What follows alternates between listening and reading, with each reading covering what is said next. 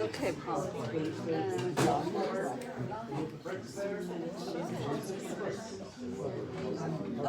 Oh, thank you.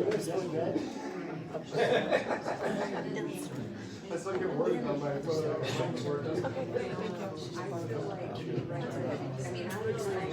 Putting all this stuff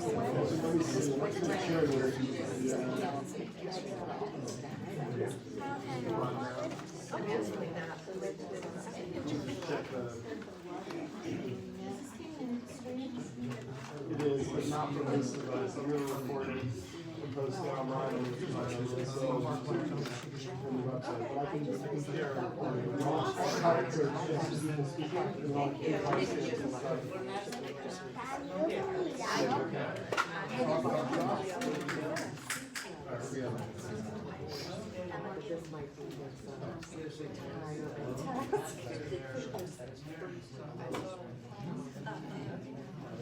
I can't imagine.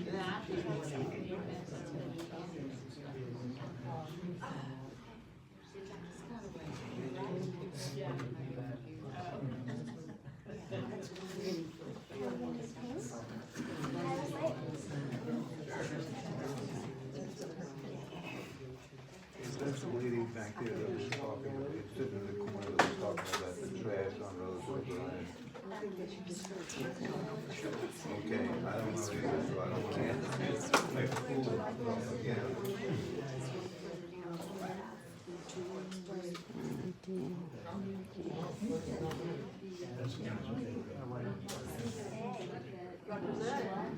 There's only one candidate tonight after the whole race. Just a couple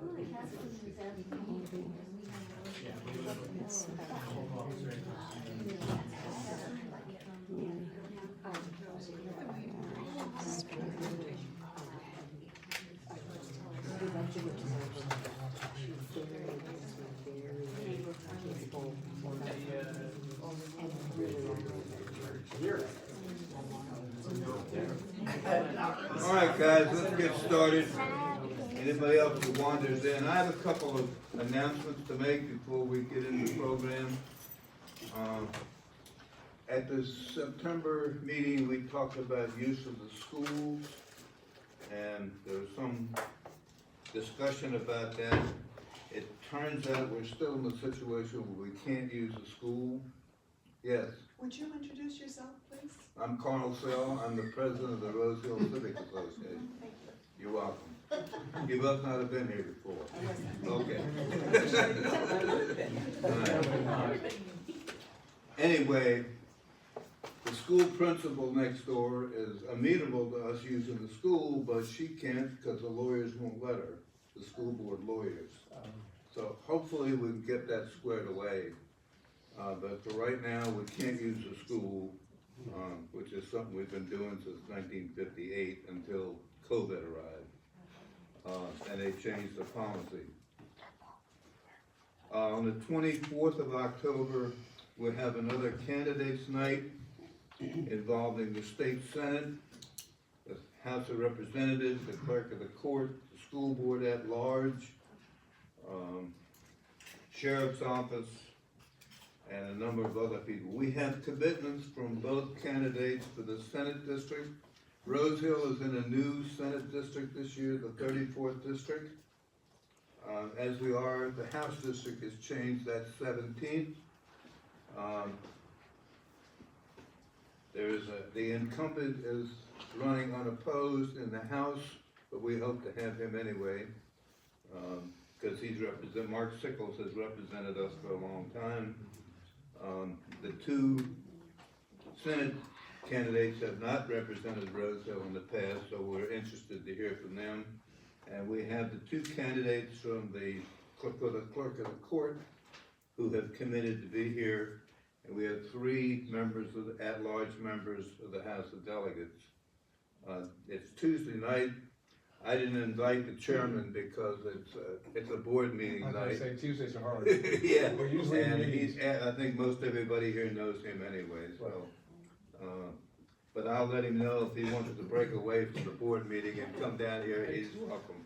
Might be hard. Yeah.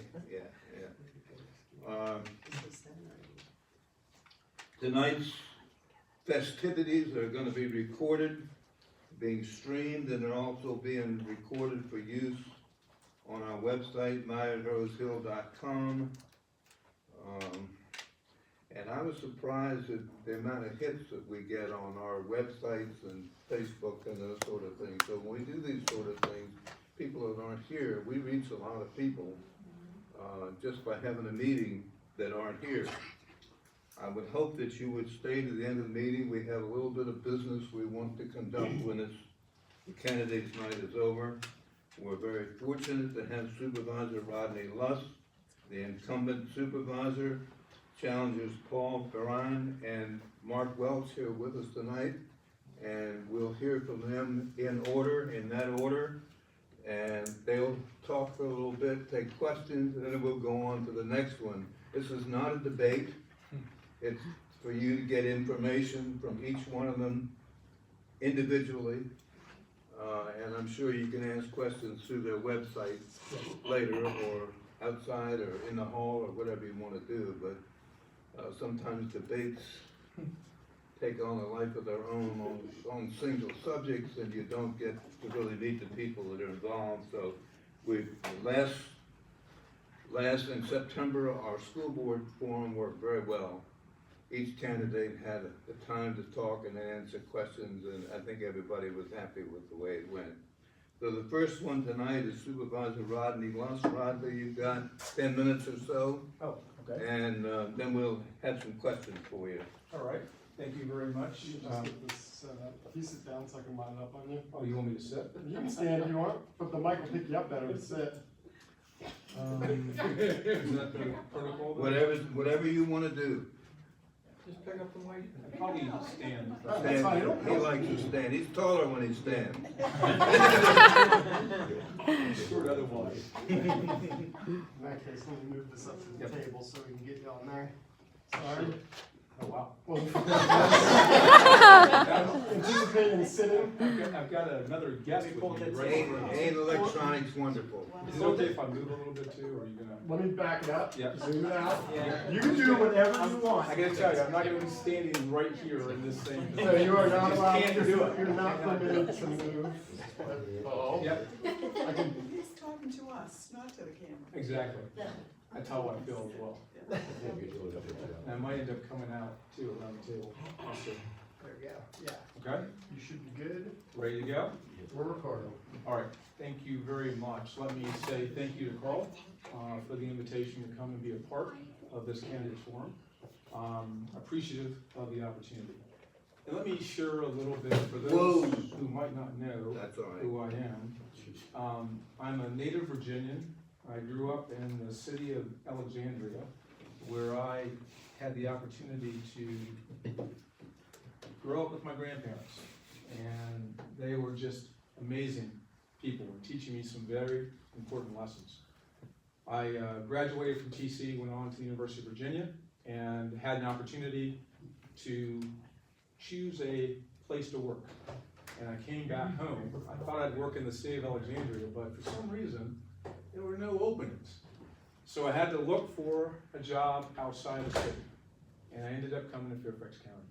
So Kate Hanley, if you guys know who Kate Hanley is, she was the first person to hire me to be a legislative assistant in her office. I have been in Fairfax County government now for 34 years. I've committed my life to this county. I love this county, and I want to make our community better. So since I've been on the board, it's now been 4 years, and it's been a pleasure and a delight to represent all of you on the Board of Supervisors. There's a number of issues that we've been very focused on. One is in the area of workforce and education. So thinking about how we can support and help those residents in our community who do not have the skills, the training, and education to get into the middle class. And we've been focused, doggedly focused, on helping create a center that's now up and operational that will provide that training, that certification, that education. And what we're doing is helping people get jobs where they can enter at the floor at about $20 per hour. Doesn't sound like a lot for the people in this room right now. But what we're talking about is residents in this county, in this district, in the Hyla Valley community predominantly, who've been working in retail positions. Those retail positions pay minimum wage. I mean, you're lucky if you get $13, $14, $15 an hour. So what that means, at the most, they're making like $24,000 to $30,000 a year. Do you know what the average income, household income in Fairfax County is today? It's over $140,000 a year. Okay? So think about that contrast. So we're very focused in making sure that people get those opportunities so they can be self-sufficient and really move themselves out of some of the socioeconomic issues that they have. Second, we've been really focused in this area as well around kind of the redevelopment and revitalization of some of our older areas. So thinking about Richmond Highway and thinking about Springfield. And I'm going to take a couple minutes on Springfield because I think it's been the nut that's been the hardest to crack. So if you look at some of the buildings that are there, they've sat vacant, sat empty for over 10 years. We've got properties along Old King Mill Road and along Backlick owned by Mr. Doug Jamal of Jamal Development, which is based in DC. These properties have fences around them and they are eyesores to this community. So over the last 2 years, I've mounted a campaign, and Matt Reniger, who's in my office, was my chief of staff. We were calling every single week to get Mr. Jamal to have a meeting with us to talk about these properties. I will say this, being tenacious, being consistent, we now have Mr. Jamal and the Shoot properties at the table talking about how we can repurpose, redevelop those properties in the future. This is important because if we don't act, if we don't do anything, I can tell you what the situation will be. You'll continue to have vacant buildings that are dilapidated in our community. So we've been able to get the developer to the table, both of them, and to talk about what can be done at those properties. Additionally, I want to make a point about this issue of residential property values and acknowledging that it's not sustainable for the taxes to continue in the way that they have. And we understand that. I'm not oblivious to this. I own a property in Fairfax County. I pay taxes on my property. I see the assessments. I see the increase in the values. What I'm going to acknowledge is Fairfax County has, some limited issues as it relates to some of the taxing authorities. So most of our taxes are generated on our properties. So that's going to be on the commercial properties and also on the residential properties. And the hard thing is, if the commercial properties aren't doing as well, it causes an issue on the residential side.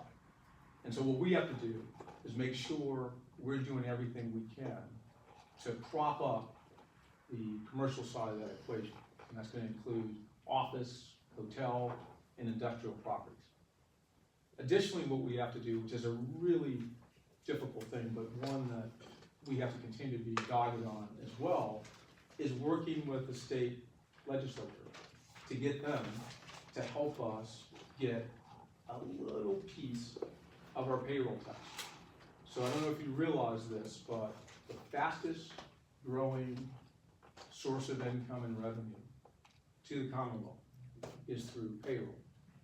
Localities do not tax payroll. We don't have the authority to do that. It's not a possibility. It's only done in Richmond. So all those dollars that we collect up here for all the jobs that we have, those Fortune 500, all those large companies that are located in Tysons, Reston, and Herndon, who I can say I helped recruit many of them to this county. The people they hire, their tax dollars are going down to Richmond, and they're pretty much not coming back up here. So the thought is, can we get just a little sliver? So think about this, when you pay your sales tax, there's a 1% allocation that comes back to Fairfax County. Could we get, maybe not 1% to start, but 0.25%, 0.5%, and maybe grow to 1% over time? Because I think that's how we'll be able to reduce this burden that we have, as it's really located on the commercial and residential properties here in Fairfax County. I also know that our communities want to have improvements. They want to have new trails, new sidewalks, and amenities, right? We want park facilities. We want improved schools. All these things do come at a price. It's not like we can just do them, but I argue that if we could get more revenues, if we could get a percentage of that payroll tax, and then look for ways to grow the pie on the commercial and industrial side, we'd be able to support many of those critical services in a more profound way. So these are some of the things that we're focused on, and I will just commit to you that my door is always open. We are available to answer questions, work on issues that the community has. We've taken great pride in being accessible and then also being able to get things done. So I would love to have you consider giving me your vote on November 7th, and I look forward to the opportunity to continue a conversation with each and every one of you. So thank you very much. You guys have questions? Yes. Bad news, huh? No, I've heard, and I haven't verified, that there's a surplus from the school board of budget. Does the Franconia District Supervisor have any sway over what happens when there's a surplus? How that money's spent? Can you repeat the question too, so the mic picks it up? So the question is that the schools have a surplus with their budget, is what is being said. And that the question is, does the supervisor have any sway with that? Let me start by saying the school board is an elected board. The school board is the entity that is responsible for the budget for the school, not the Fairfax County Board of Supervisors. It's in the statutory authority that creates that school board and that elected position. It's an elected position, not an appointed one. So we do work very closely with the schools. Obviously, there's a transfer that the county makes on an annual basis. I have supported the transfer because I know how important education is to the companies that are here. So if you think about the workforce and the development of the workforce here in this county, we have some of the highest and largest companies. If you think about Fortune 500 companies that are located in Tysons and Reston, we've got lots of software development companies, lots of big data companies, and many others. And the thing that they care the most about is workforce. And for us to make sure that we have a pipeline, we have a way to deliver the best quality candidates to come in and fill the positions in those companies is through our educational system. So I fully support it. But going back to the question, the issue is the school board has that responsibility. We can certainly ask questions about their budget, but ultimately it gets handled directly by them. Yes, sir, back there.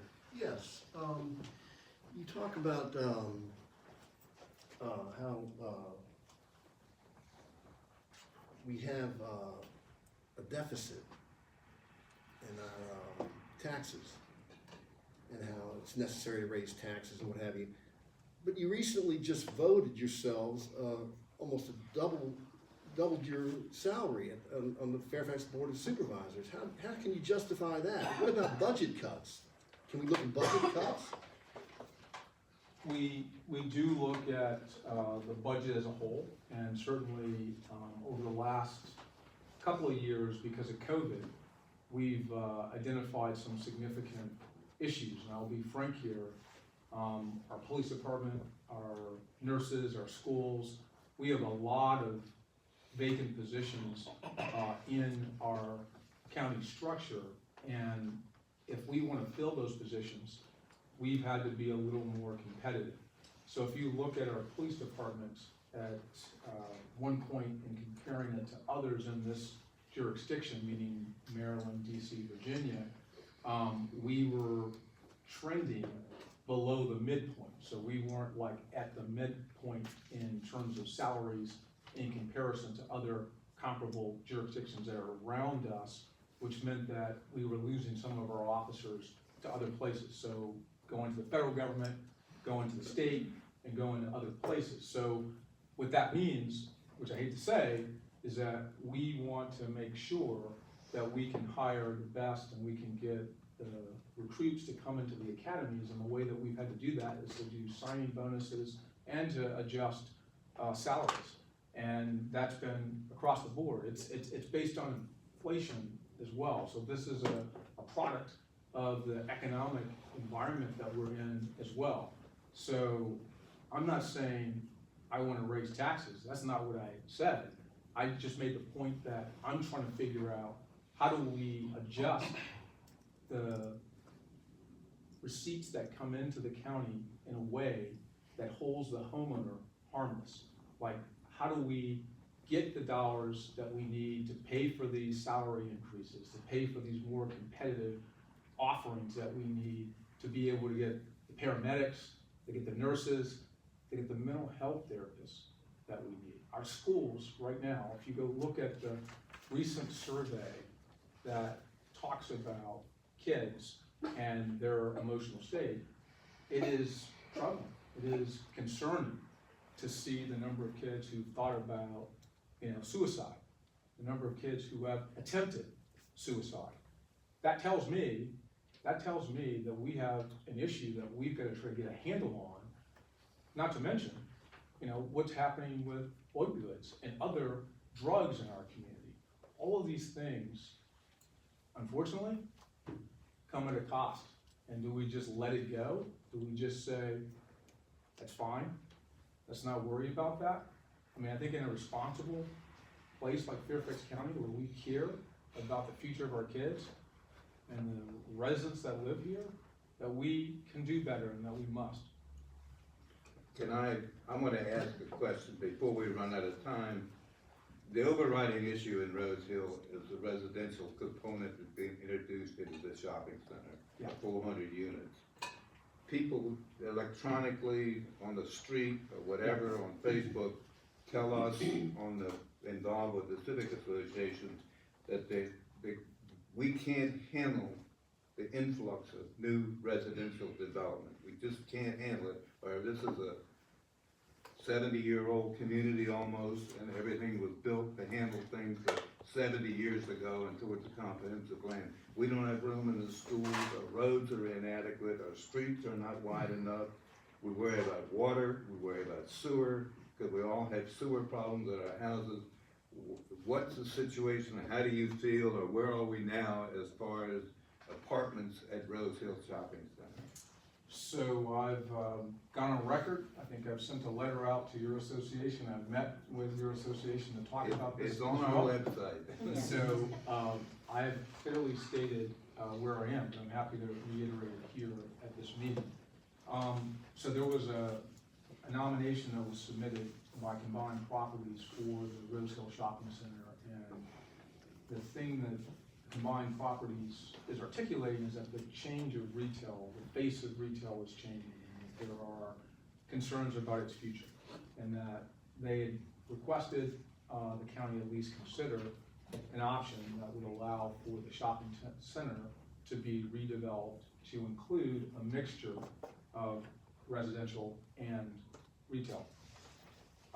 When I was informed of where the committee and the community was on this issue, because there were a number of meetings that were held, obviously with Rose Hill, which I attended, and then also with Bush Hill, which I also attended, to kind of talk about this project, we realized that we needed to defer it to allow some additional time to see if the applicant, as combined properties, could do what I consider an inverse relationship with the residential and the retail. So basically, asking them to look at a refined change proposal that would increase the retail and decrease the residential, kind of in the opposite way.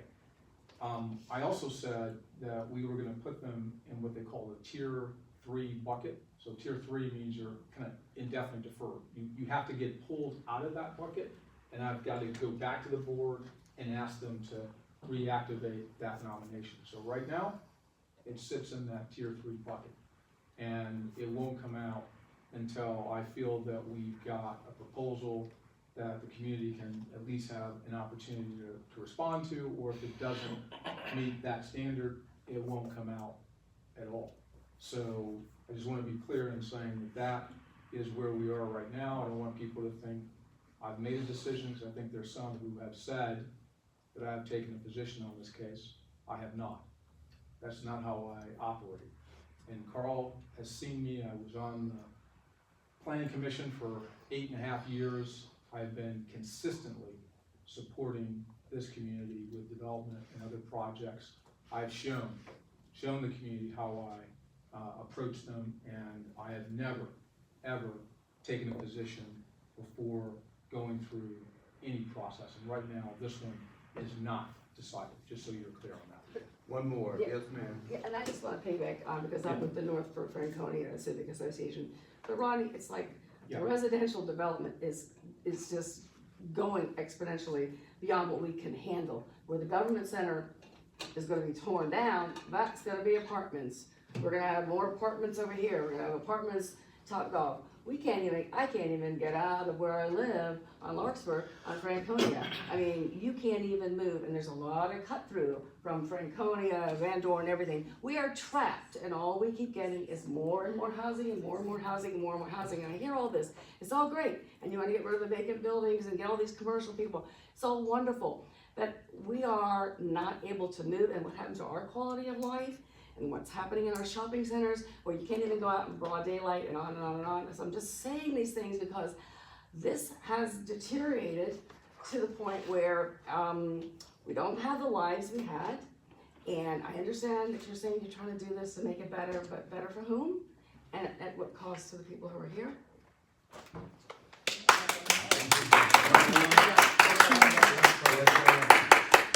Along the same lines, Sure. you recently voted for the Top Gun, Top Golf, the Top Golf proposal, and approved it, despite the fact that the Land Use Committee voted against it 15-8. Can you explain why you voted for that? This is a piece of cake for me, sir. Piece of cake. I did not vote on Topgolf yet.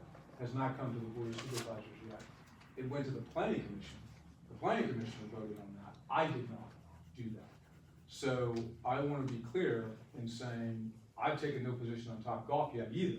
So from the standpoint of looking at what we can do with Topgolf, it's my intention to get the Land Use Committee back together to have a meeting and talk about that and understand the issues that were behind that vote.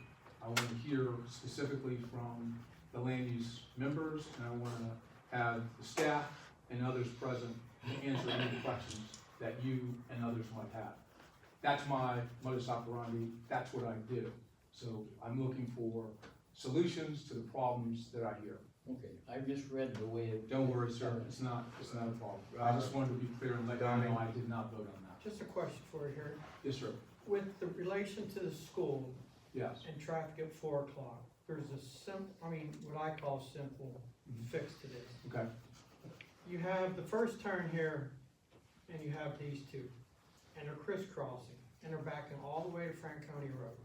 If you change the two signs here, from do not enter to the first one, and make it, let them go down Rose Hill Drive. They could go all the way to Lee District if they needed to, and they wouldn't back anybody up. Come into the school, go to the park and ride, loop around, and go out. Nobody crosses anybody. I said that to the principal. She said, well, we can't do that because we'd have to go through VDOT, or we can't do this. If you can just tell me why that wouldn't work, Yeah. I'm game. I'm not a traffic engineer, so I'm not gonna be able to give you an answer, But that yes or would no, continuous flow in and out. But this is what I'll say, and this is what I would do if you called my office and asked this very question, is that we would arrange a meeting, we can bring the folks from the transportation office, whether it's the VDOT or the county, and then we can take a look and see what can and cannot be done, right? So we'll have to kind of look and see what the problem is, and then come up with what's the appropriate solution. But the school system is the way we gotta deal with, and we're trying to, okay? Yeah. I'm gonna put something in your mind. Yes, sir. This library is built on property that once belonged to Virginia Power. Oh, yeah. And we got them to give us the land to build a library. The only cost to the taxpayer was the building the library. Okay. So why can't, there's lots of land behind, why can't we add that to the school property and do some parking back there to solve some of the problem at the front by putting some of the cars in the back? And I suggested that to the school board and got not school board, the school administration, Yeah. and got nowhere. So I just put that in your, All right, let's add that one to Percolate. our second list of things Okay. that we can work on. Rodney, thank you very Yes, sir. much. No problem, thank you.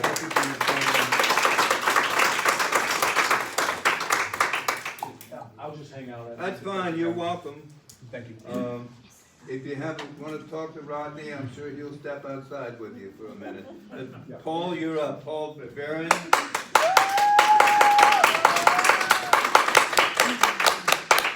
Hello, I'm Paul Barron, and do you mind if I stand? She said, "Why don't you sit down?" I'm actually not a longtime resident of Virginia, as Mr. Lusk has proudly presented. I'm actually from Pittsburgh, Pennsylvania. I'm a grandson of immigrants from Poland. My father was a steel worker, and I'm still a Pittsburgh Steelers fan. I don't care what you say. But I can tell you that I'm a hard worker. I started into business 40 years ago, which is amazing since I'm only 45. But I started into business because I found that I had some talents that I could bring to the table. And part of that talent was to be able to meet with other businesses and find out what their problems were. Because in fact, I'm a marketing expert. I'm one of the nation's premier marketing experts in the area of telecommunications. I have been for about 25 years now. But I bring with me a lot of experience in one important issue, and that's when someone has a problem, there's a marketing solution to that problem. There just is. I don't always have to go to the tax base to pay for the problem. Here's a for instance. The folks at Kingstown, they are really concerned about their lake.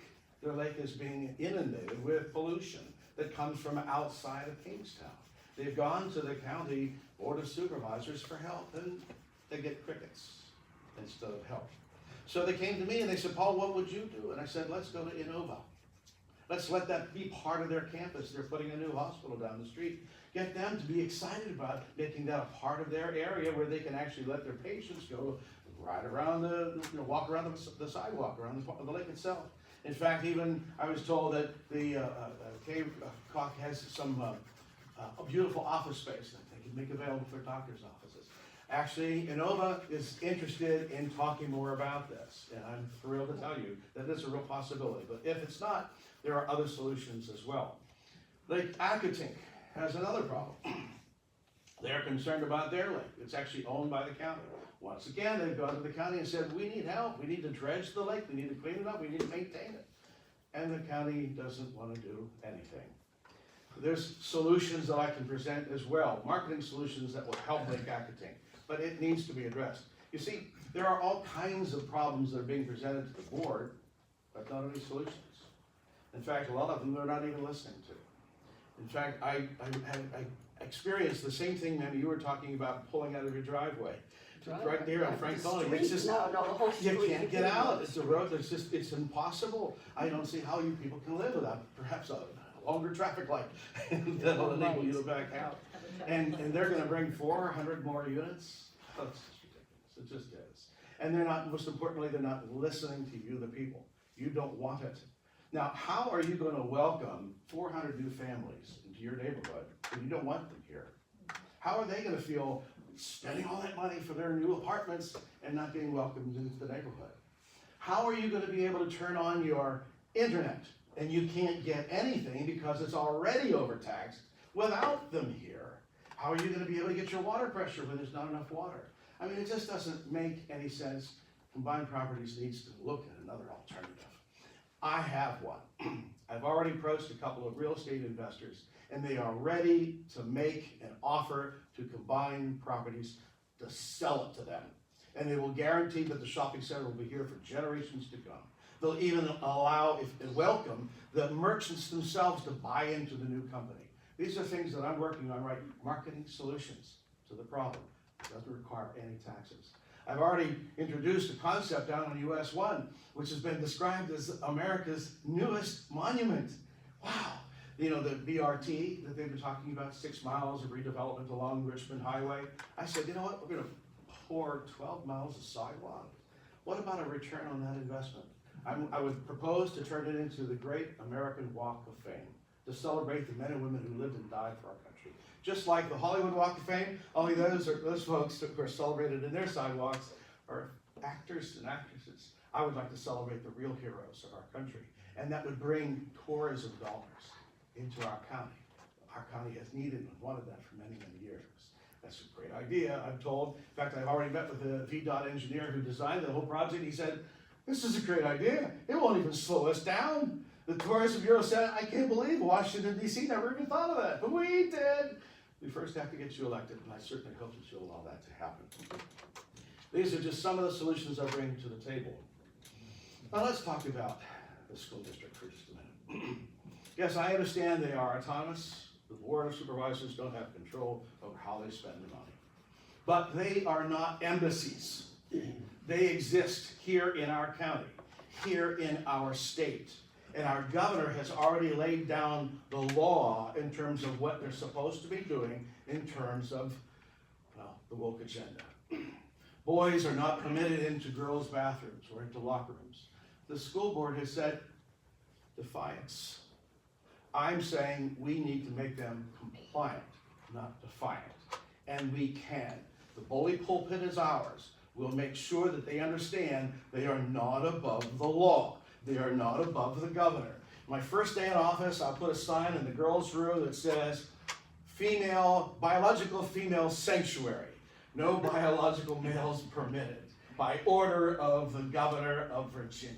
And if that's not convincing enough for them, I'll order up a sheriff, perhaps a woman sheriff, to stand there and make sure they realize that we're serious about this. We need to protect our children, most especially our girls. I don't want to see the same thing that happened in Loudoun County happen here. We're going to make sure that that doesn't happen. See, the Board of Supervisors need to learn how to supervise. Not just lip service, not just shuffle papers around. You know, I actually have a copy of your document, Rodney, and I've looked it through here. It describes what you want to do with the shopping center, with Combined Properties, and you know what? I don't see anywhere here that you want to save the shopping center, but yet that's what the people are saying. You don't have to be supervision to see the signs up and down the street in everybody's yard, save our shopping center. It doesn't say, make it smaller, make it different. No, it says save our. Do you realize how many shopping centers would love to have a full complement of tenants? We actually have that. We have merchants here that want to stay. And the reason why is because they have customers that want to buy from them. That's a wonderful scenario, which is why my dear friends who are investors would really love to buy that shopping center and guarantee that it'll be around for decades to come. All right, talk about paper. It was just brought to my attention today. Gotta be careful. 44000100973. Rodney, does that sound familiar? That is potentially an appropriate procurement process violation, which alleges harassing and bullying by our beloved supervisor with regard to his signature project, Wish. It was just brought up at the board meeting by another member of the board, and it was tabled to evaluate, to review, to look a little bit further into it, to see just what was improper. I can't tell you how disheartening it is for me to bring bad news to you, because I want really to bring good news to you. My whole slogan is bearing good news, and that's really what I offer. One of the things that my wife and I discovered when we bought our home, which is near Huntley Meadows Park in 2020, was that this area, of course, we all know it used to be called Lee, right? It's now the Franconia district. By the way, you know Franconia means Frank's place? You might like to know that. But in any case, I asked, well, what's so significant about this land that we're buying? This is important land. This is all his history right here in Virginia. And the real estate agent thought for a minute, well, this is Washington's backyard. I thought, really? That's pretty cool. We're buying a piece of Washington's backyard. Well, you know, since we have to deal with a name change, let's brand the area. Give it a little bit of pride, homeowner pride, okay? You all own a piece of Washington's backyard. Why don't we call it that? It's the district of Franconia, Washington's backyard. Live, work, and play here. So this is the kind of branding, the kind of marketing I bring to the district. I welcome your input. My door will always be open. In fact, I have a phone number which is ready to go right now. You can call me anytime, even after the election. Let me know what you feel. My door will be open. You know, one of the first things that I did when I decided to run is I stopped over to Mr. Lusk's office on Franconia Road, and I said, what's going on with this the Potomac Banks project? We heard a lot about that last May. It was on radio, it was on TV. What's going on with that? What is the latest on that? And his staff said, well, that's not us, that's Stan Stork's. You didn't call. I said, wait a minute. I understood it was including this whole stretch of Richmond Highway, which is half Franconia district. What do you mean it's not well, that's Stan Stork's. Okay. I'm telling you, elect me and I will make sure that you are represented, not only your desires and your needs, but I will make sure that we get a big piece of that. I even told Mr. Stork, I said, you know, if you're lucky enough to get reelected, I will be your partner in this Potomac Banks. I think it's a great idea, along with Washington's backyard. Now I'm open for some questions. Questions? Yes, ma'am. Yes, ma'am. Explain your marketing solution for Lake Acatink Park. I realize that to keep the lake as it is, it needs to be dredged, but that would cost millions of dollars, truckloads of dredge materials going through that neighborhood. I often cycle through there, and I don't think that residents around Lake Acatink want that. So explain your marketing solution. Okay, I'll be happy to, no problem. You know, when I read the task report on the Lake Acatink and what was going to be required, and I saw the number of trucks that was going to be passing through the streets, I thought to myself, boy, this sounds really familiar. It was 1983, the home I had bought in Pittsburgh, just a brand new home. 3 months to the day of signing a 30-year mortgage, we had mine subsidence. The whole neighborhood collapsed in the center, 24 inches deep. Took half of the yards, the driveways, and the road. We couldn't even drive down into our neighborhood. The houses were fine. It's just that whole area. And what I did was I met with the chief geologist at the time of the Office of Surface Mining. His name was Dr. Jesse Kraft, God bless him, he's gone now. But he actually and I worked together to build a cement island under Pittsburgh now, with the epicenter being our front yard. And we found that the Office of Surface Mining has mountains of fly ash, and they need more. There is such a tremendous amount of mine subsidence occurring along the coast of Virginia, and we are completely undermined throughout Virginia here. There are mine shafts running underneath of us that we could tap into. We could actually, theoretically, again, this all requires me to being on the board to be able to make these kind of commitments, but we could simply pump that sediment down into the mine shafts below, and it'll run through the mines underneath without having to transport it all. Again, this is in theory. I've already contacted the Office of Surface Mining, and they're ready to talk to me once I become a part of the board. Mine shafts. For all of that deep mining. sludge? Yes, there's deep mining, and You're they kidding. buy that material. You're kidding. No, I'm not. I'm quite serious. Another question. They buy that material. Yes, ma'am. Go ahead. I am so impressed by the refreshing degree of putting the problems back to the employees, back to the workers, instead of taxing us further. And I appreciate that you bring all of this fresh knowledge, fresh experience, and I am so grateful that you are running and that, God willing, will win. I just want to know what you might have planned for. Could you tell us more about the shopping center and the people that might buy it? I think we need to hear good news. Well, I actually invited them to come here tonight. Okay. But they would prefer to have a low profile just as yet. Mhm. They don't want to be inundated and could quite possibly get the whole process slowed up further. They've done some investigation on the property. They realize that the property is actually owing back taxes, $300,000 in back taxes already. So there are a lot of details that need to be worked out before they're ready to make an offer to buy properties. Right, okay. And but they're excited. I have to share one thing with you. One of the potential buyers is a former commercial property owner, not far from here, who is a victim of bullying by our county. Mhm. He was forced to sell his property for $1 million less than it was worth. And frankly, he is excited at the opportunity to make amends, to be able to turn that small windfall of cash that he received by having to sell his property for an apartment complex, I might add, and be able to turn that into good. And he's looking forward to being part of the solution. So I just want you to know that there is hope, a lot of it. And I spoke with one of his partners today, and she was coming out.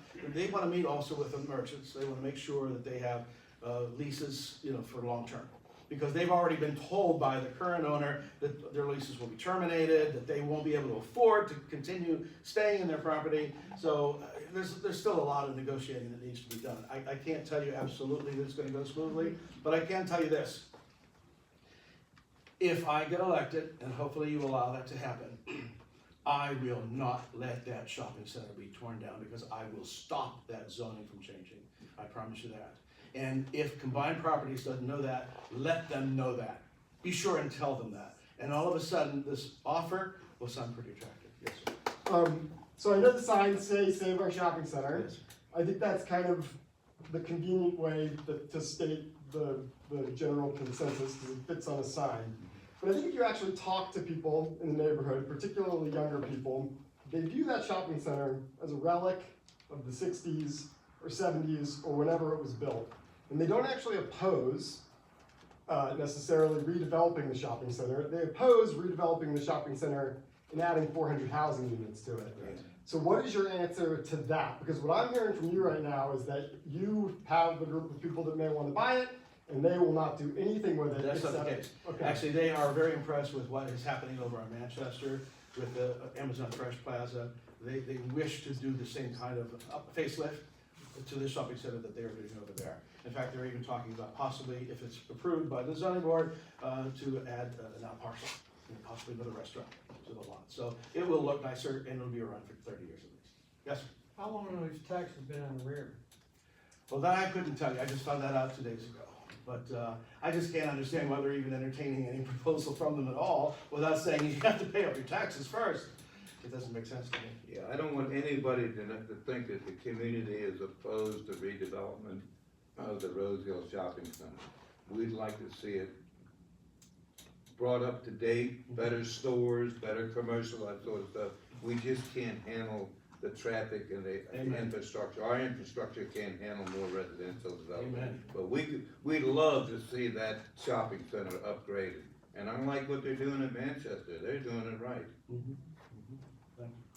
May I ask about the Franconia Government Center, what your opinion is about converting that into affordable housing rather than listening to us? You know, I've heard so many people tell me, by the way, people do call me all the time. I'm inundated with text messages, and I welcome that. And one of the messages that I got was that the reason why the government center is being abandoned by the police is because they get sick, and that there's not enough room for parking cars there. Well, how is that? I mean, because apparently there are gas tanks underneath, underground. So if anybody is going to develop that or live there, we have to make sure that it's gonna be safe. We're up. We got our president, Franconia Civic Association, there were some other options about why can't we have a community center, a Yes, I park, heard that. Yeah, or that'd some be area? wonderful. Why can't we have some green space? Why can't we have a place for our kids to go? Why can't we have something walkable? Why do we have to have more housing? And right now, you're just adding more to the congestion. So we're trying to find out why we couldn't have a different solution than putting more And the next affordable green space will add housing. more value to the homes around it. Right, and that's And the point. enjoying- And it's not yeah, about I not would be having, absolutely supportive of that. we're just looking, it's not pushing people out, it's just allowing the people who are there to be able to still live there and move around. That's, Can I also comment about safety? Does Anybody everybody? else? Question. Go ahead. Does anybody feel unsafe? oh, yes. Okay. And of course, we all know that our police department is down. And I am told by members of the police department that one of the reasons, if not the main reason why they are thinking or have already left, is not so much the salary, that's certainly part of it, but the mismanagement of the whole department. They don't like the way the department is managed. And yes, of course, money is an issue for everyone, right? We all want affordable housing. I've already met with several HOAs, and I've said, would you consider allowing a police officer to buy a property or rent a property in your facility, in your community, and you waive the HOA fees for it, or at least a part of that? Because that's built-in security for you. In fact, they can even park their car there at their property, and that alleviates the parking problem that they're having at the government center. And the HOA says, what a great idea. It saves us from having to pay for security, and then we simply amortize those fees across the rest of the community, and they would be happy to pay the few extra pennies that it would take to waive that. And it becomes tax-free benefit, and we don't have to pay the additional taxes to compensate for increased salaries. Again, a marketing solution. I have a question. Yes. When you talk about US1 project, turn that into Great American Fame, Walk of Fame, how much does it cost a taxpayer? Thank you for bringing that up there. My wife. She always makes sure I don't forget something. Zero. Yeah, The you way I should have it explain. proposed is that the person or entity who wishes to nominate someone for the Great American Walk of Fame will pay a fee that will cover the cost of producing the plaque and putting it in the cement. Simple. And we have a bipartisan committee, executive committee, volunteers, who obviously know a little bit about the area, know about history, who would consider what the criteria should be to qualify to be in the Walk of Fame. And they would be the ones to not only determine the fee, but also the location. So it doesn't cost a penny. Thank you. Thank you. Anyone? I'm a little bit confused about your suggestion about a police officer having fees waived so that he can then provide security at the place where he's gonna be living. Well, glad, thank you for bringing that up. It's not so much that he's providing security service, his presence there. The fact that everybody knows this police officer. It gives them a So chance. that's an expectation, that the officer would behave in a certain way. Well, it's an expectation that the community has to receive him as part of their community. And when the officer, it could be he, it could be a she, it decides to accept the fee waived instead of paying for it, they agree to certain, conditions, like as long as they are gainfully employed and actively in service, and also, they should participate in their meetings and their events, just to be present in the community, and certainly the car presence. It's good to know a police officer, especially if he's around the corner. Rose Hill has gotten to be a community, a affordable community. We have a lot of cops and firemen that live here. And we love the police cars up and down Rose Hill Drive, although they're from somewhere else. Oops. But I never thought I'd say today that Rose Hill would be affordable. I can't afford it anymore, I'm retired. Go ahead, anybody else? Has anybody seen any of my videos? We produced quite a few, 40 different videos. Yes, ma'am, back there. Hi, I'd like to know what the county and what you all intend to do about the new problem that we're having in this community and all over Northern Virginia and everywhere else with young boys in general, juveniles, running amok and, doing things that are unacceptable, you know, kind of like gearing off from that, from the way the mobs are stealing stuff. I've experienced it twice now personally myself, and McDonald's is not allowing children under the age of 18 to come into their restaurant unless there is an adult of 21 with them. They can only chaperone 4 people. They had a lot of trouble.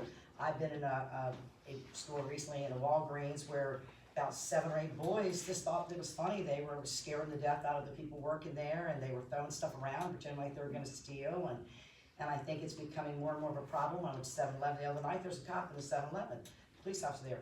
More and more you see police officers on patrol in the evenings at various places because we're having these problems. What are we doing about it? Yeah, that's the safety issue that I brought up earlier. And Take it really is, there's no quick fix. I'm not gonna say that there is. It really is a community participation event. I mean, what we have to do is we first of all have to increase the pride in the community, because a lot of folks are telling me, I'm out of here. I'm moving as soon as I can afford it. As soon as I can retire, or as soon as my job, whatever, they don't wanna stay because they feel so unsafe in the area. So if we can increase the pride, which is what I'm trying to do with both the Walk of Fame project as well as the Washington's Backyard, that people will want to stay here, then maybe they'll actually want to participate a little bit. Hey, put that back! If they see somebody stealing something. You know, if they feel threatened, they're now ready to defend rather than flee. Okay? So that's one of the steps. Second step is to get more police officers. We have to do that. We absolutely have to do that. And if we can, I'm sorry, did you want to say that? If we can turn around the mindset, you know, I hate to bring this up, but the person who's in charge of safety of our whole county is sitting right back there. You know, perhaps he has some better suggestions. But the fact is, we need to do something, and we need to do it right away. Yes? And you have to dump that $1,500 steel on them. That is just stupid, it's ludicrous. You know what, you bring up a great point. I actually met with Attorney General Mayaris, and I said to him, what are we gonna do with a prosecutor who doesn't prosecute? That is part of the problem that the police are facing. They feel futility, going out to capture the bad guy, and then, you know, they don't get incarcerated. They just get released back out on the street again. We need to do something about that. And last one over here. okay, yes. You just said that we need more police. How are you gonna pay for it? Well, for starters, one of the things I've already proposed was trying to find a place for them to stay that's a little more affordable by waiving their HOA fees, or at least a part of it. I know, that's a part of it. That's a part of the process.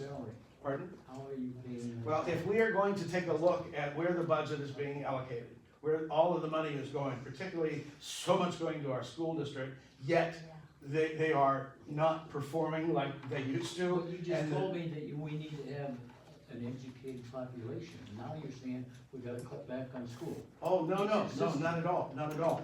But if you have an increase of budget and a decrease of students and a decrease in performance, there's something wrong with that balance. We haven't had a decrease in students. Oh, yes, we have. We have fewer, right now we have fewer students than we had last year, and fewer from the year before. And a lot of our students are being shipped to private schools and being homeschooled because of the bad performance of the school district. And whether you know it or not, the schools dropped 14% this rate after they quit their cheating. That was Okay, around you guys 10 have years. had your say. Thank you very Thank much. you, Carl. Thank you very much. Thank you.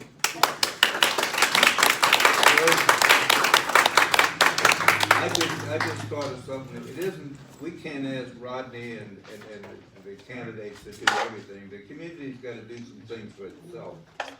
And one of the problems, we have a problem with McDonald's comes from a specific, private school that's on our doorstep.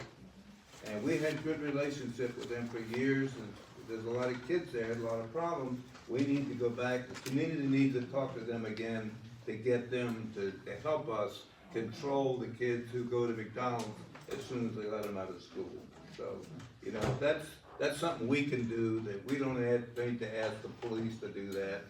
You know, decent human beings can get together and solve problems. Mark, you're on.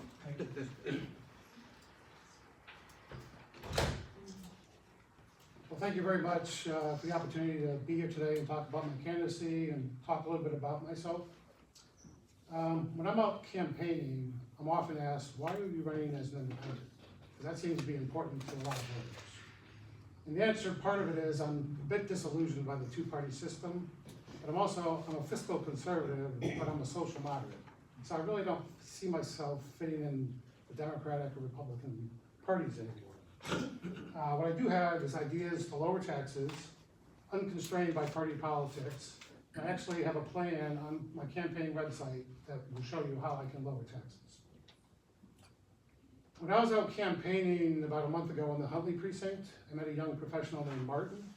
We chatted a bit. By the time I got home, he had sent me an email. I'd like to share part of the email he sent me. I soon will be forced to move out of state to afford the American dream. I like your no-nonsense approach to how this once wonderful county should be run. Many, if not most Americans my age, cannot afford to live in the area we grew up in. We are being forced to leave and to take our efforts and talents elsewhere, mainly because of the ever-expanding cost of community. I think you would be a better option, and I am supporting your run for supervisor. Martin's email expresses exactly why I'm running. Not only are we pricing out existing homeowners, but we're making it impossible for the next generation to live here and raise families.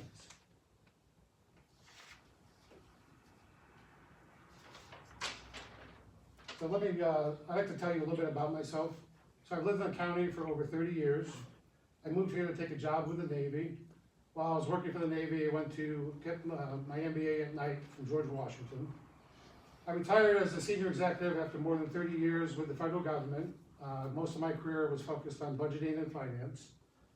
My wife and I raised 3 children, all of whom were educated in county public schools and went on to graduate from Virginia public universities. So I'm a firm believer in providing the schools the necessary funding they need to run a first-class school system. What I do not believe in is giving them more than they need. Amen. So by the Board of Supervisors automatically rubber stamping the proposed school budgets. FCPS spent $3.3 billion in fiscal year 23. Their current budget this year is $3.8 billion. Does anyone in this room believe that they're going to spend $500 million more, $500 million, to educate essentially the same number of students? As a supervisor, I'd certainly be asking that question.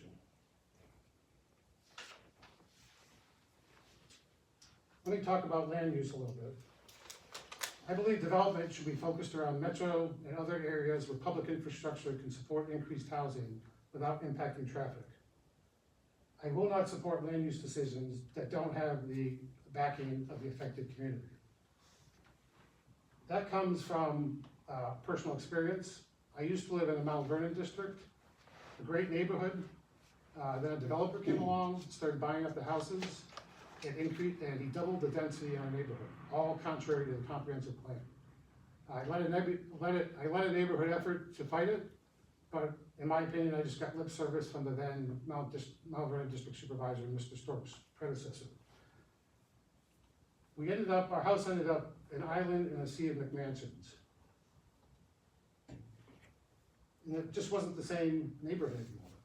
So from that experience, I am very skeptical about the influence of developers, and I would use that experience to inform any decisions I make on land use matters. So I understand your concern about the Rose Hill Shopping Center from my personal experience. Land use decisions is also one of the reasons I'm pledging to only serve 1 term.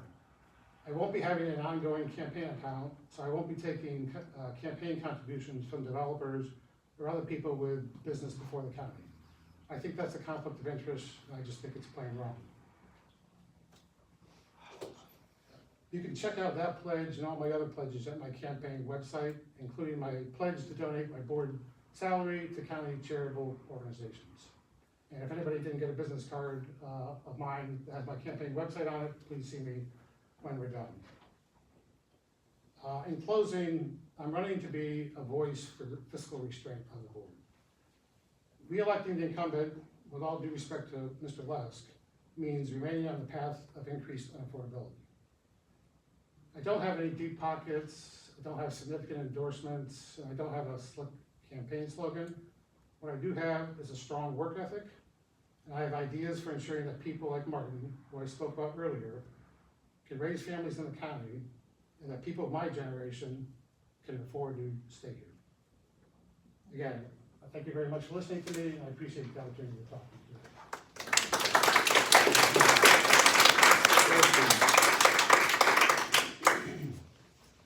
Yes, sir. Yes, can you explain your tax proposal? Sure. So it's actually like a 3 or 4 page plan on our website, but I'll try not to go into so much detail. But it essentially involves, for one thing, so half of the county dollars goes to the school transfer. And by the way, the schools are responsible for executing the budget. It's the Board of Supervisors who fund the county portion of the school budget. So, like I said, the schools is half of the county budget. So step one, I keep that transfer flat for 4 years. Again, you have a $5 million, you have a $500 million discrepancy or difference between what they're spending now and what they're funding. Pay raises about $150 million a year, plus they'll be getting increased revenue from the state. Plus, enrollment is projected to go down. When you look at the 2020 census figures, it shows that each succeeding cohort of kids is a little bit lower than the next cohort. And if you don't believe me, you can look at the county's joint capital improvement committee. They're forecasting the same thing. So you keep the transfer flat. They'll be getting additional revenue from the schools. Plus, you don't. So the surplus from the previous year, you don't spend it. You retain that, and then you use it to fund ongoing years. I mean, the current board has funded, or has spent, the routinely, the county ends up with about $400 million in annual surpluses. The current board just spends that. They never reserve a penny for tax relief. So in essence, they overtax us, but then they spent the money without giving it back to us. Mm-hmm. Yeah. Yeah. Okay, so that's half the problem right there, is you keep the school transfer flat. And then the way you can pay for county increases in salaries and inflation and that kind of thing, again, is you use the surplus from the previous year, you don't spend it, you retain it, and that will pay for increases over the next 4 years. So I don't know if I did it justice verbally. I'm much more articulate in writing than I am verbally. So I would encourage you to go to my website and look at it. Thank you. Anybody else? Yeah, Donnie? Is there any way, I don't know who would handle it, is to keep the school bonds off of every election cycle? Now they want another $4 billion It's again, crazy. this time. It's crazy. I don't know the answer to that question. I don't know. Sorry. Okay. But the bonds are usually for capital improvement projects. But they had $1 billion before they skipped this one. Yeah. Now they want how many, I don't know what the, It depends on what they're building. They're two different budgets, one's for one.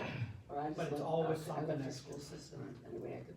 Donnie, you're not gonna like this, but I'm gonna tell you that bonded indebtedness is the cheapest way to pay for things. For the taxpayer. If people 30 years ago hadn't passed bonds, we wouldn't have Rose Hill School or Redistrict Park or all of those. well, I'm not saying things, for the you know, bonds, so- I'm just saying you're giving them that, what he just spoke of, 400 million every year over, and they still get a bond from work. Well, that's a different scenario, but the bonds themselves to do capital improvements is a good investment. All the schools are already improved now. I mean, super improved. I hate to argue with it, Donnie, but you know I do. I'm open. Anybody, we do this along the highway quite frequently. Anyway, differences of opinion is what makes the world go round. Anybody else? Yes, ma'am. Yes, sir. Yes, ma'am. This Sorry. was great. I appreciate your honesty and the way you're running your campaign. I think it's different. It is certainly different. I'm doing it all on my own, Yeah. plus the help of my lovely wife. But yes. So far, we've hung over 5,000 door hangers, and we're still going strong. All the way in the You have a lot back. to Yes, say. ma'am. As me, yes, we are out hitting every household. If you got a door hanger and you didn't want one, I'm sorry, but we are out every morning, every afternoon. The townhouses are wonderful because they're close together. The townhouses with big steps, I have learned so much about our neighborhoods in the Franconia district. They are beautiful. We are lucky to live here. All the way in the back? I just have a question about the developers. I live on Telegraph Road, I've been here about 6 months, and they're building a, huge development up the street where it was a small church. I didn't know they owned so much land by Franconia. But I don't know, aren't the developers supposed to pay something in terms of improvements? Because, we're in that Telegraph Road, only 2 lanes coming and going, and I can't get out of my driveway. So I'm thinking, once that facility is built, there's like several different things that can go there. What is the plan for that road to handle all that extra traffic? I can't get out. I mean, if I don't get out before maybe 10, I can forget it until about 6, you know, in terms of the traffic coming south. She's talking about the church, I believe, down here, Yeah. sold Yeah. off to be Oh, no, I a thought seniors place. You're talking about the development, the little Virginia church Hills up near, Baptist Church. Yes. up near Yeah. Franconia Road intersection, about 3 blocks down. Off Willowwood. There's a church. Yeah, she's talking about the Yeah. church off You're Willowwood. talking about the church. No, down here. No, here's mine. Telegraph. Yeah. Down before Lee District. Across from Willowwood, yeah. Are you talking about the church right here near Lee District Park, or Yes. down Telegraph near the intersection with Franconia, a very small property? I'm talking about the property right in front of the, Franconia Rec Center. She's talking about Okay, Harkins yeah. property right across from Willowwood on, Just talking right. about the church. yeah, that's the one, on Franconia, across from Willowwood. Yeah. Adjacent to the district. I'm not sure what specific one we're talking My about. question is that aren't the developers, in terms of getting the various approvals they have to get, supposed to do something with the infrastructure? Because I'm looking at the buildings that are going up in the space, and they are huge. And I'm thinking, I just can't imagine the traffic as it is now, but. We, as a community, were deeply involved in the planning of that project, and our concern was the impact on Telegraph Road. Let me first tell you that as a senior housing project, so the traffic impact is gonna be much, much less than if we're a market rate apartment. They're also gonna build a new church in the front. They're going to redesign, the entrances are going to,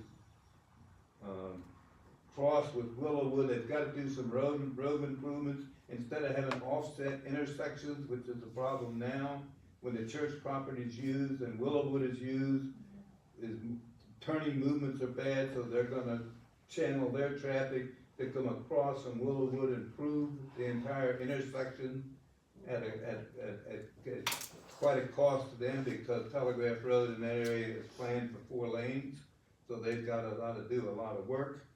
But we looked at that very closely, and the traffic impact is about the same as it is today, fortunately or unfortunately, as the case may be. So we couldn't say, no, you can't do that based on traffic impact, because the traffic impact was the same. But they did agree to do some proffers and changes to improve the access from the other houses down the street, so we don't have that offset intersection that causes accidents. So, but there are gonna be less cars when it's finished and open. There'll be less cars produced by that property than if it were market rate housing. It's senior, because us seniors don't drive too much.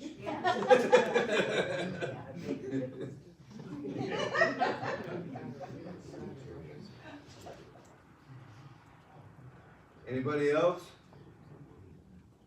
You got them all here, guys. Any questions you want to? Yes, sir. I have a question, I think it's for Mr. Lusk. Sure. There's a great push on affordable housing in the county. Does affordable housing below market rate come with a taxpayer tax burden for vouchers to pay the contractors? I know Section 8 used to have a federal contribution for Section 8 vouchers. Does the county have one?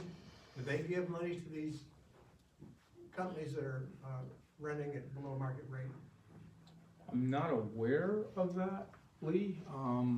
I can certainly take a look and get the answer. I think that, you know, again, when you talk about affordable housing, you're talking about housing that is really at the average of about 60% of area median income. So if you project that out on a family of four, you're probably looking at something near $70,000 to $75,000 plus a year in our county. But it's below market rate rent. They're not being charged, are they? Market rates? Well, it's based on your income, right? So you're paying based on your income. And then what I'm saying is, on average, in these affordable projects, you're at about 60%. I understand. Across all of it. So there's some people that are higher, and there are gonna be some people that are a little bit lower, but you're gonna be on a blended basis across the whole project, 60%. The landlord is not making what he would make if it were market rate. Is the taxpayer making a contribution to fix him, to make it better and encourage him to do these things? I mean, it depends on how you develop the project. So one method is that you take out the cost of the land. So if you can figure a way to have the project be built on public land, or for example, let's talk about the project that's on Van Dorn and Oakwood. That used to be a stormwater management facility that VDOT owned. Today you go over there, there's 150 senior affordable housing units. And because of the fact that we bought down the cost of the project by taking the land cost out, you basically have an opportunity for people to live in that community who would not otherwise be able to. So they could build at a lower cost. They built at a lower cost. They don't need to be fixed. That's what I'm saying. So each project has its own financing structure.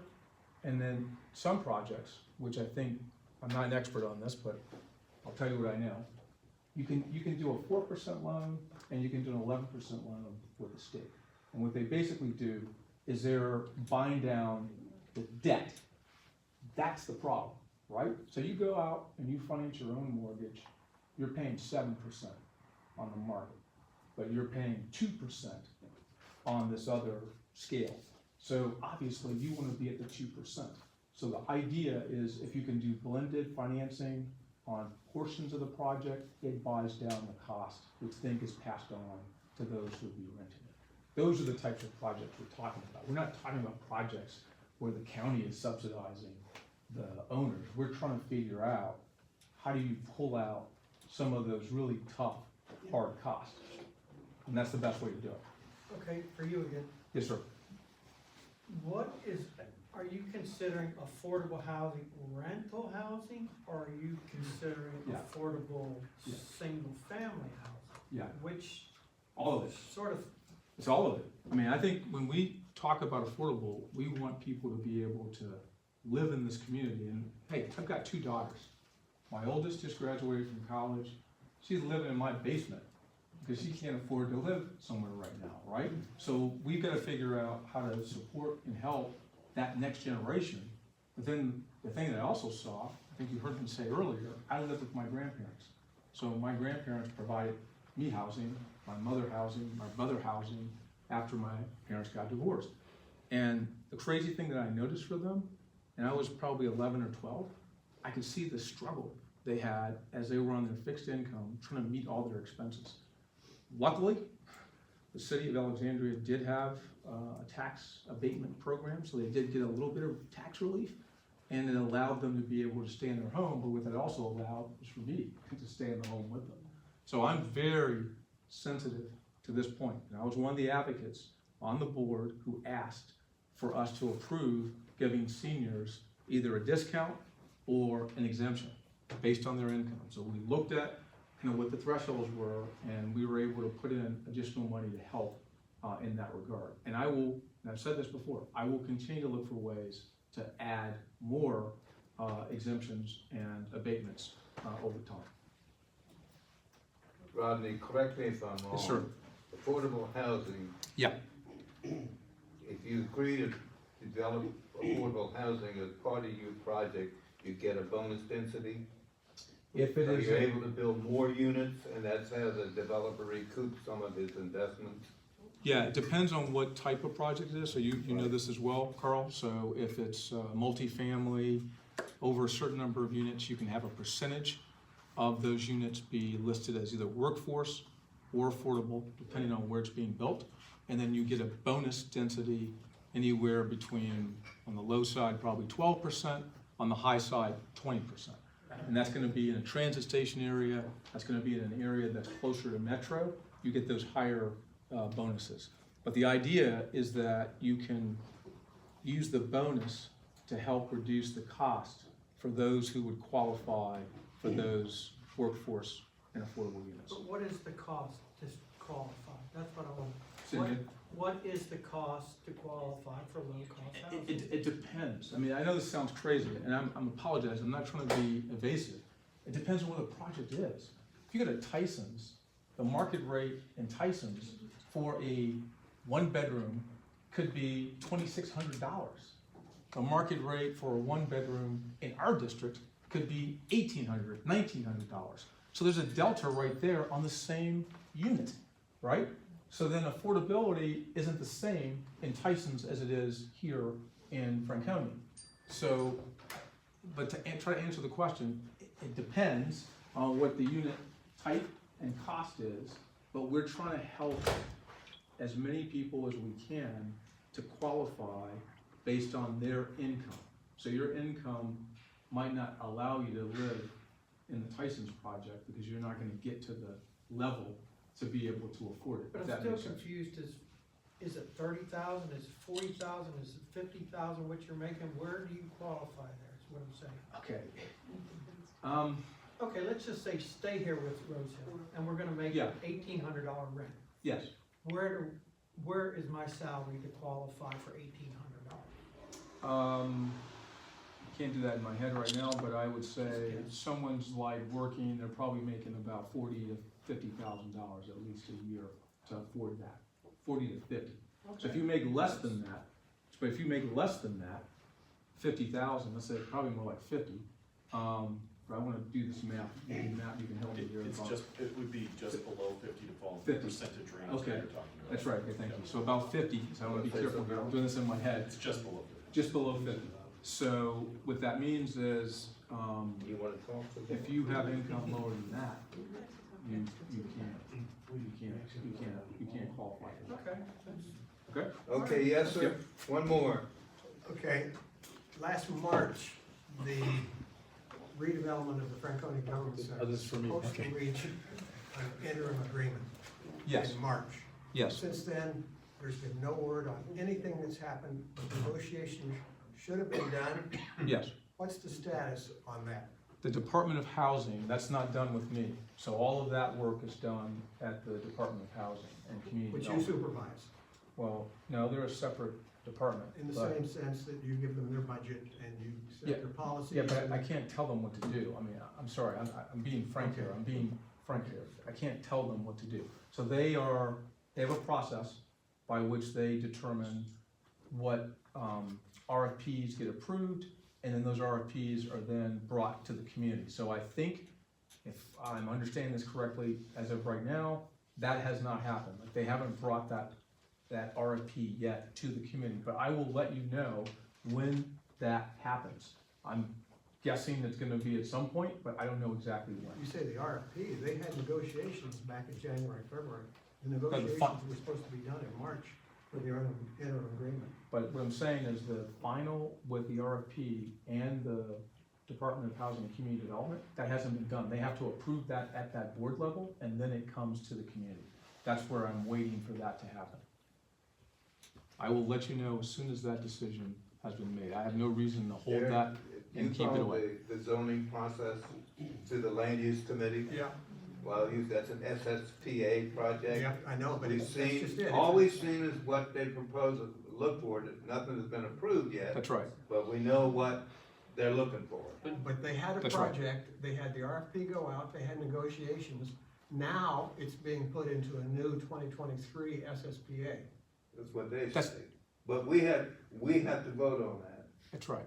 I mean, it has to be, people, it has to go through the community process and everything else, so you'll have your shot at it. But Carl, you have to change the underlying plan to allow for that use. Right, So right. that's the problem. That's why it's going into the SSPA, Well, because it's not able to be permitted. I'm not in favor of the SSPA process because I don't think it recognizes the entire comprehensive plan and what happens around it. But there is a process that you can comment on it as it goes through the process. But here's one of the problems though, is we have 600 units that are proposed for Frontier Drive. We've got another 140 units that are right there in the old government center that's gonna be replaced on Beulah. Right next to them, in that same little triangle, there is another 100 or so units that are being proposed. There's more units being, and there's other, I don't know how many are just over 495. None of these are discussed in aggregate. They're all done by soda straw, and the county supervisor should be looking at this in composite, and they should be saying, hey, it's not a good idea to bring this up. We can't help the process. It's gonna come up one at a time, and each will be done on its own merits. They don't have their own merits in our community. Because the impact to our community is an aggregate impact of all of them. And I have not heard anyone from leadership in the community saying, how do we slow this down as a whole? And I know your opinion is you love the idea of that affordable housing in that spot, but what else are you gonna turn off in order to not have that overdo it? So, the point you're making is valid, and that is, these are all proposals. One, none of them have been approved yet. They're still being considered. No decisions have been made, right? So you're right, Loisdale has a certain number of units assigned to it, the same with the Franconia Government Center and others that are in that SSPA process. The beauty is, as Carl said, the community is gonna be engaged, the land use committee is gonna be engaged, and we're gonna get input and feedback from them on pretty much all of these items. Individually, No. through soda straws. No, I'm getting to the second point that you made. So that was the first point, just making sure we're clear that nothing's been decided on these. They're just proposals. They still are just opportunities and options, not yet decided. Second, to the point that you make about the aggregation of the traffic and then some of the other kind of community-related issues, we have asked the applicant in the case of the Top Golf site to look at the concentric circle, look at the other developments that are in the vicinity of it. So looking at the Kingstown Town Center, properties M and N, and then O, which is across the street. So making sure that as we look at the development, we can see what the impacts are of those other developments that have been approved in the area. Two, we've had a conversation with VDOT, and we're trying to figure this out now, is we need to look at Franconia Road and some of the other roads within our community and try to figure out like what the current situation is with their capacity and then some other issues that we might be able to consider for addressing the backups and some of the flow issues. So we are talking to VDOT about that even now, and we'll be able to come back hopefully and say there's an opportunity for us to do a study of that as well. It's so mired in process. When you have a budget issue, at some point you gotta say, okay, what are our priorities, and we can't have everything. We have to pick some things and not some of them. I don't hear that being said about all these. They're all individual things. There's a process, and we may end up with we may end up dealing with all of these, but maybe there'll be an engineering solution somehow on Franconia. Why don't we say, from the leadership level, we can't absorb all of these. So let's not. I will All right. say that. Density is a bad word to me. Because that needs to be said. Because we've had enough. It does need to be said that we can't have all of these. We shouldn't have all of these. Building the streets And it's wider. gonna end up And chasing why don't all we the folks away, prioritize? and this is doing that right now. And this would be a good opportunity for me to ask Mr. Lusk, is it true that you said that after the election, you're going to replace all the land use committee with the developers you're working with? Please tell us if that's true or not true. I mean, I'm gonna make a couple points here. I'm And not going anywhere. I apologize that the statements that I've heard from this gentleman have been so incendiary this evening. I've had several of them made against me, which are just totally false. I would never replace the land use committee with developers. What would make someone say that? He works for you. What would make someone I don't, he say works for that? you and he shared it with me. There's no one that works for me that would ever say something as outlandish I didn't make and that. as crazy as that, Mr. Barron. I've committed my life in Just service say to you this guys, community. I've committed yeah. my life in service to this community. I really care about it. I really do. And these types of comments, this is the problem with politics today, is that we have people like Mr. Barron who say good news, but all the things that you say are negative. What's good news about what you just said? I mean, this is insane. I care about this community. That's all I need. For those of you, including me, who are concerned about that very thing, you need to become involved with your homeowners association, your civic association, and they will take your thing forward to the And land we use feel the committee, voices and they aren't will heard. go forward. Because we're The here, land use sort committee of, doesn't sort of strong always, process. doesn't always agree with the staff, it doesn't always agree with its neighbors, and that sort of thing, but there is a process, and I believe in the process. I don't always win, but I believe in the process, and you need to take advantage of the process. We are very active. Half of us are. And in my own defense, I would like to say that I was just repeating what I was told, and if Mr. Lusk is here to tell you in the presence of all of us that he won't do that, that's exactly Who what were I you told hoped by? he would say. Who were you told by? I would rather not tell you. Well. It could even be you. It could have been me. Okay, it wasn't me. I'll say that. Guys, this is a nonpartisan meeting. We don't need to be making charges back and forth. So, you know, you've got to vote, exercise it. And you've heard, if there's anything else you want to know of the candidates, we got them right here. You can ask them questions, and I'm sure they'll answer it to the best of their ability. Okay, the So last. don't go down the street and make something up that they said that isn't in evidence.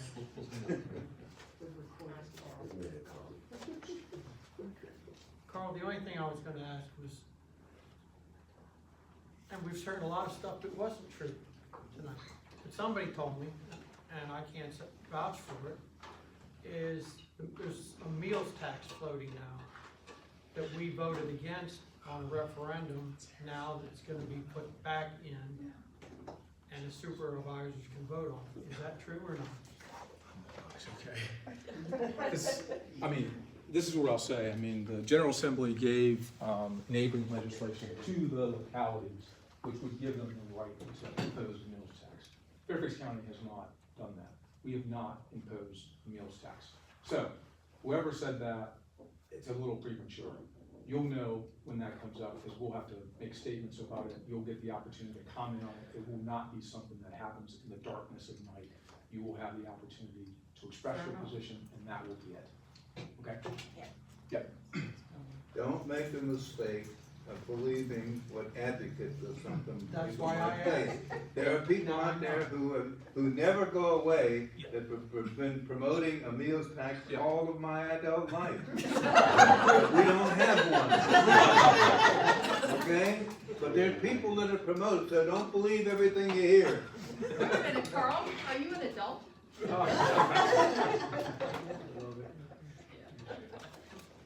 Anything else? Paul or Mark? Mark, you've been quiet. The only thing I'll say is everything you heard from me tonight is true, and everything you'll hear from me for the next 4 years will be true. Thank you. Yes, ma'am. Well, I want to thank you for having this meeting. I think it's been Oh, very thank you. informative, Yes. and I enjoyed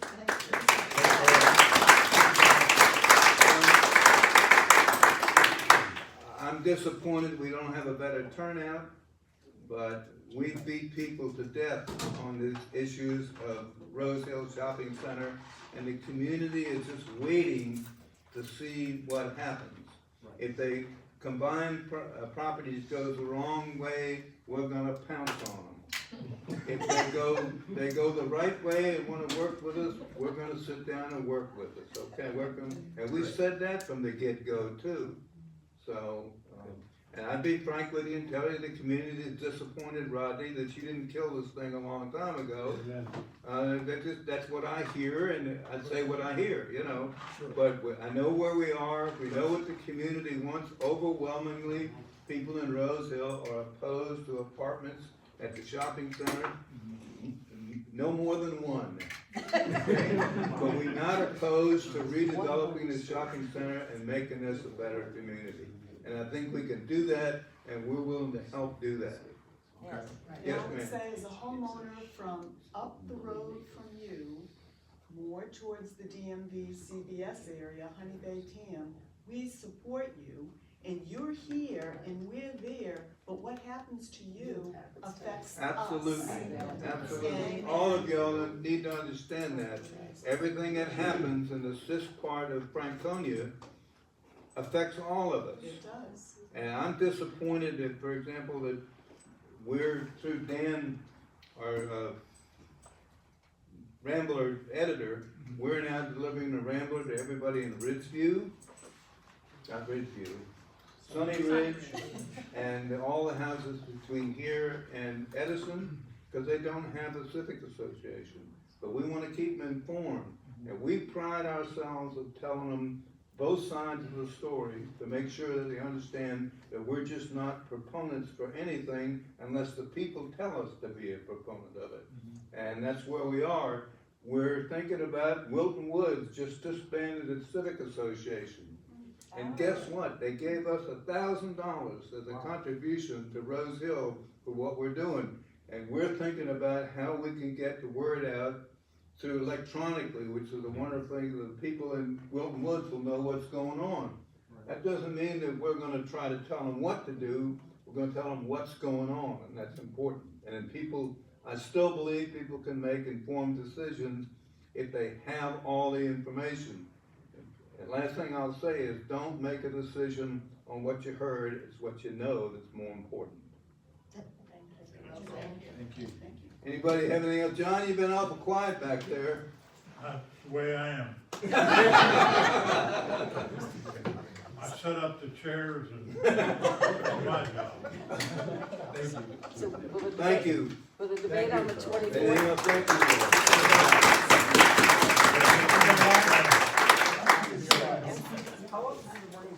What was your other stuff, Carl?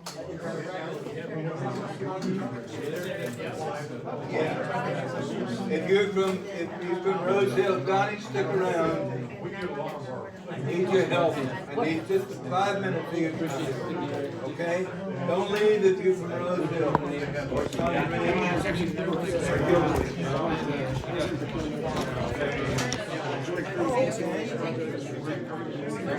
Careful what you say, be careful what you say for the school system.